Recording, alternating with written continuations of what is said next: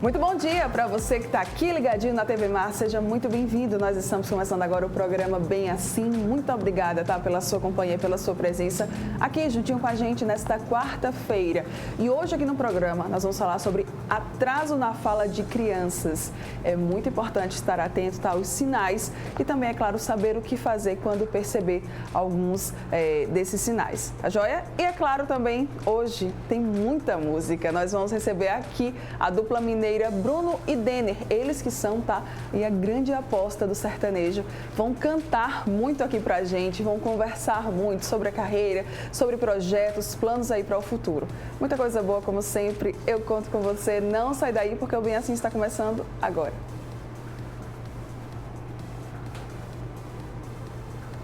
Vai ter vinheta? Vamos ver se vai ter. Se não tiver, não tem problema não, a gente continua aqui o programa. Então vamos embora, vamos continuar aqui. Então não tem vinheta não, a gente já vai logo aqui direto, tá com a Carla. Ela que tá aqui, muito bom dia, seja muito bem-vinda, Carla. Hoje nós vamos falar aqui no estúdio, né, começar o nosso programa de hoje falando sobre atraso na fala na infância. O desenvolvimento, estava aqui para essa câmera, Josi, para a câmera 1, o desenvolvimento da linguagem, ela varia muito de uma criança para outra, pois cada pessoa é uma pessoa. E aí, no entanto, gente, é muito interessante conhecer e estar atento aos sinais, tá? De que esse pequeno ou de que essa pequena pode não ter as mesmas habilidades que a maioria das crianças desenvolvem na mesma idade, configurando assim algum nível de atraso nessa fala. Quem vai conversar com a gente agora sobre esse tema é a psicopedagoga Carla Doria. Muito bom dia, seja muito bem-vinda. Tudo bem?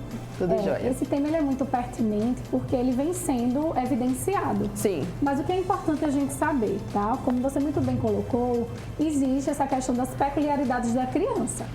Mas é importante a gente ficar atento que diante desse cenário pandêmico aumentou, né, a visibilidade, a percepção dos profissionais em relação ao atraso na fala infantil.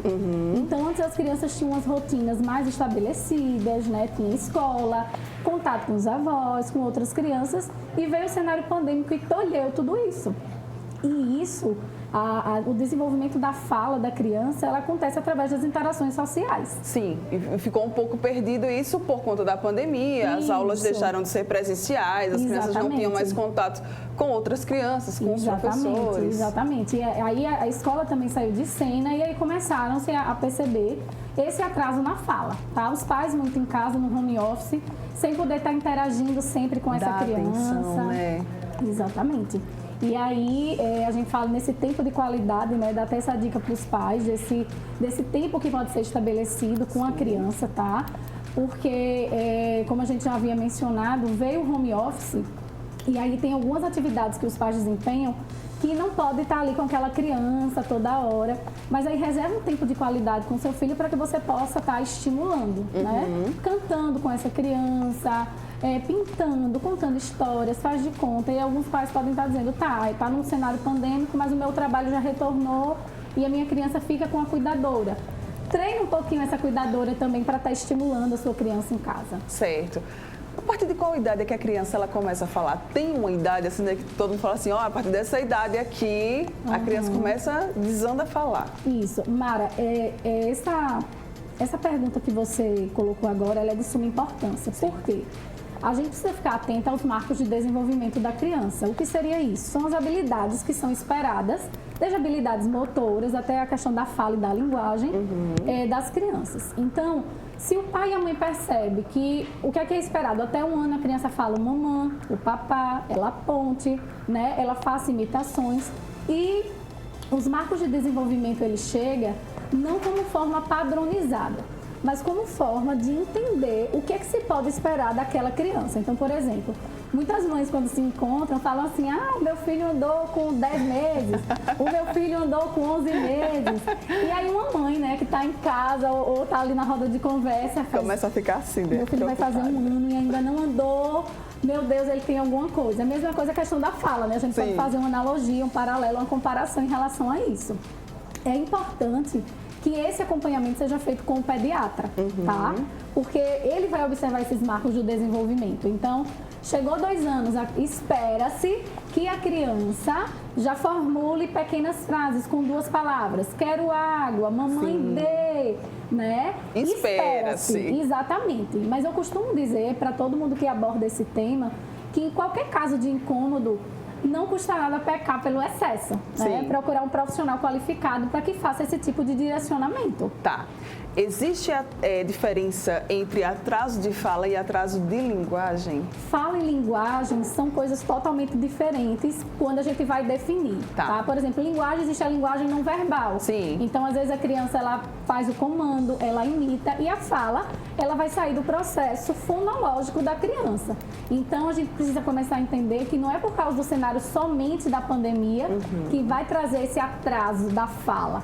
Tá? Existem outras questões do neurodesenvolvimento da criança que precisam ser levadas em consideração. Ok. Tá? Vamos falar agora sobre gêmeos especificamente. Atraso em gêmeos é comum? Olha, como eu falei, existem as questões do neurodesenvolvimento, né? Então, tem a carga genética, a forma de estimulação. O que é que vai ser igual para esse gêmeo? O ambiente, tá? Mas dependendo aí da genética, do que ele traz, como é que a gente pode colocar? Pode variar de um gêmeo para o outro, tá? O ambiente vai ser o mesmo, mas a carga genética é diferente. Né? Porque tem a questão do neurodesenvolvimento. As crianças até 3 anos, a gente costuma dizer que ela tem a maior plasticidade cerebral. Então, às vezes, você vê que uma criança ela é colocada para um inglês. Então, a criança aprendeu rápido, porque está acontecendo as sinapses e ela vai se desenvolvendo. Então, na questão dos gêmeos, pode sim acontecer, né, de um falar primeiro e o outro não, mas por questões do próprio neurodesenvolvimento. Tá joia. Então, a gente tem aí neurodesenvolvimento, você falou sobre genética, estímulos. Tem causas já pré-determinadas pela ciência para esse atraso na fala dessas crianças? Tem que investigar, né? A gente não pode dizer que é somente isso, tá? É uma série de fatores que vai interferir na fala da criança, tá? As questões ambientais, de estímulo, do neurodesenvolvimento. Existem outros tipos de distúrbios também da fala. Então, o que é que eu gostaria de deixar de forma clara aqui? Toda criança, ela tem que ser investigada em que sentido? No sentido ambiental. Como assim, Carla? Se ela está sendo estimulada, né? No sentido do neurodesenvolvimento. Teve um atraso, foi investigado. O que é que foi achado? Para poder fazer os encaminhamentos necessários. Joia. Quando a gente fala de atraso na fala, quando a gente fala de crianças, eu acho que é muito importante que a gente também toque nos eletrônicos. Sim, sim. Eles acabam influenciando esse atraso na fala. Você citou muito bem a pandemia, que é aquele momento, né, em que os pais eles tiveram que se adaptar, trabalhar de casa, não tinham como dar atenção aos filhos. Isso. Toma aqui, filho, fica aqui enquanto a mamãe termina de trabalhar. Isso. Não vou julgar, tá, mamãe, você? Eu sei que é muito difícil. Sim. Mas isso em excesso, né, acaba atrapalhando? Sim, já tem vários estudos científicos, né, a exposição à tela de forma precoce. Ela inibe muito o desenvolvimento da criança em que aspecto? Então, por exemplo, se nesse cenário pandêmico, né, que você tocou, a mãe toda hora está expondo essa criança à tela, ela não vai estar explorando o ambiente, ela não vai estar interagindo com o pai e com a mãe, ela não vai estar lá brincando de faz de conta. Então, o eletrônico, ele vai ficar ali bitolado. E na questão da articulação, tem desenhos que você não vê o personagem abrindo a boca, articulando. Sim. E isso também pode trazer vários prejuízos no desenvolvimento. Tem sinais, sintomas de que aquela criança está com atraso na fala, Carla? Sintomas específicos, não. Mas é para ser observado os marcos de desenvolvimento, sim, o que é esperado. Né? O que é esperado. Então, já que esse pai e essa mãe estão em casa, nesse período pandêmico, é interessante que ela observe, né? E qualquer dúvida, converse com o pediatra. Porque o pediatra ele vai orientar, ele vai dizer, pelo tempo que eu acompanho seu filho, eu percebo que não tem, mas já que você está angustiada, procura, né? Para fazer uma estimulação.